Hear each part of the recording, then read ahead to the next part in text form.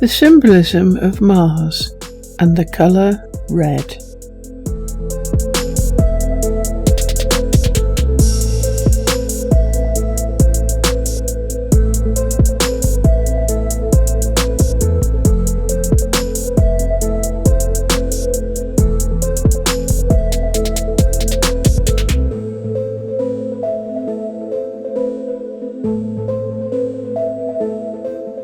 Astrologically, Mars is associated with aggression, confrontation, energy, strength, ambition, and impulsiveness.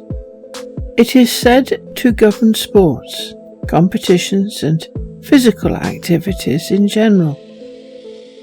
The first-century poet Menelaus described the planet as ardent and as the lesser malefic. In medicine, astrologers say Mars presides over the genitals, the muscular system, the gonads, and adrenal glands, all of which describes the standard symbolism of Mars.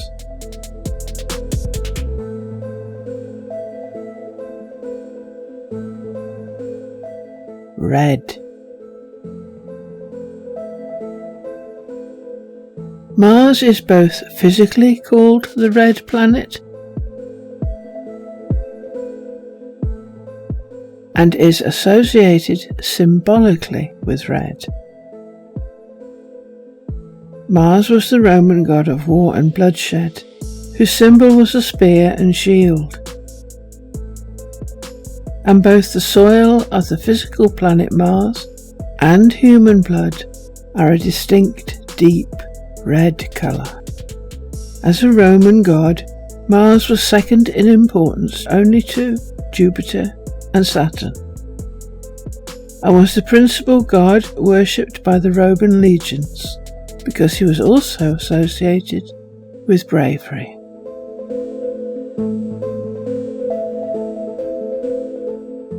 Fire.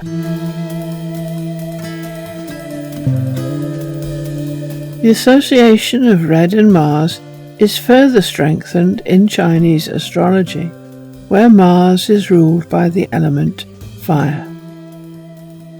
Along with fire comes heat, passion, energy and adventurousness.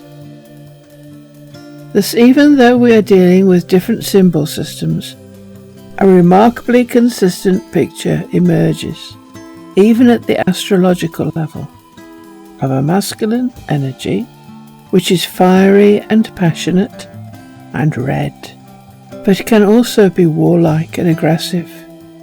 In Indian astrology, Mars is called Mangala, and yet again it is also known as Lohit, meaning red. It is sometimes linked to the god Kartikeya, the god of war.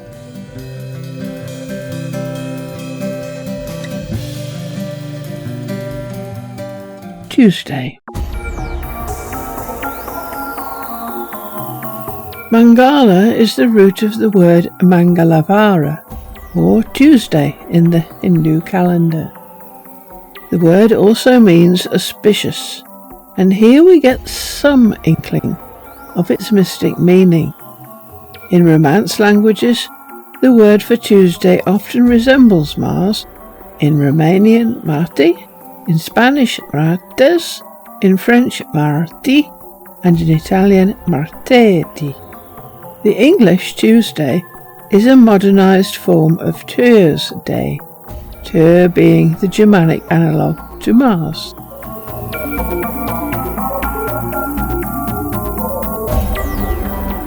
So what about mystic symbolism? So far we have Tuesday, fire and red, which are symbols that are both standard and mystic. But we also have war and anger, which might be deemed negative. Anger, when misdirected, is negative, as is war. But mystic symbolism homes in on the auspicious nature of the symbol. As to defend or change anything You have to have passion, energy, strength, ambition, and resilience, and be tough, really tough.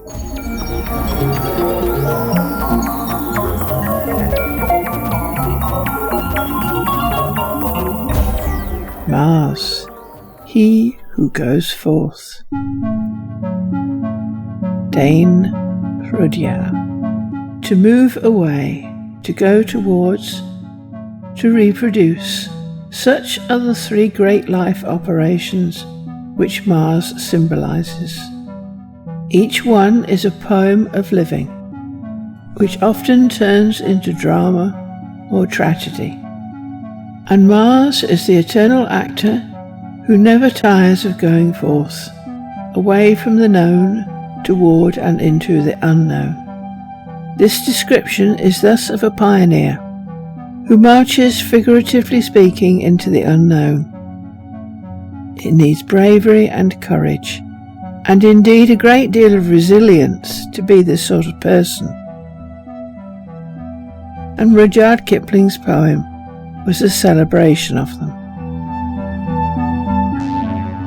Rudyard Kipling, the explorer. There's no sense in going further. It's the edge of cultivation, so they said, and I believed it. Broke my land and sowed my crop. Built my barns and strung my fences in the little border station, tucked away below the foothills where the trails run out and stop. Till a voice, as bad as conscience, rang interminable changes. In one everlasting whisper, day and night repeated so. Something hidden. Go and find it. Go and look behind the ranges. Something lost behind the ranges, lost and waiting for you. Go.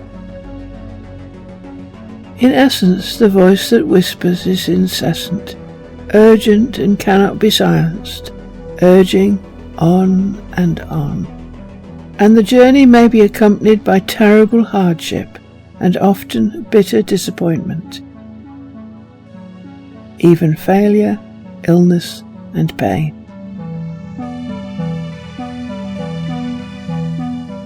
And perhaps the hardest cut of all is that the reward for their efforts never goes to them. Rudyard Kipling, the explorer. Well, I know who'll take the credit. All the clever chaps that followed. Came a dozen men together, never knew my desert fears. Tracked me by the camps I'd quitted, used the water holes I'd hollowed. They'll go back and do the talking. They'll be called the pioneers. The pioneers, on the other hand, get criticism, abuse, insults. They will be treated condescendingly and ridiculed. But the key to the Mars personality is that they know deep inside that they have been chosen. Most won't know why the whisper came to them, but in the end it did. Rudyard Kipling, the explorer. God took care to hide that country, till he judged his people ready. Then he chose me for his whisper, and I found it, and it's yours. Yes, your never never country. Yes, your edge of cultivation. And no sense in going further till I crossed the range to see.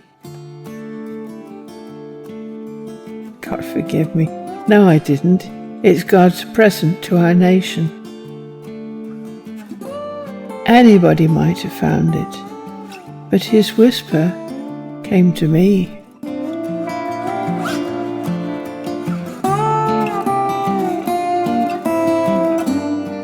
The real reward. To a certain extent, the journey of Mars appears a terrible burden to be handed. But Dane Rudyard did not see it that way. Dane Rudyard. Mars is the warrior who ever leads the battle of existence and tends to equalize the inner and the outer pressures of life, until the partition separating the outer from the inner and the difference between I and not I temporarily vanishes. Then Mars abdicates and solemnly or wearily delivers his sword to Pluto, the conqueror and the agent of a greater whole, and thus other powers are left to complete the journey they have pioneered,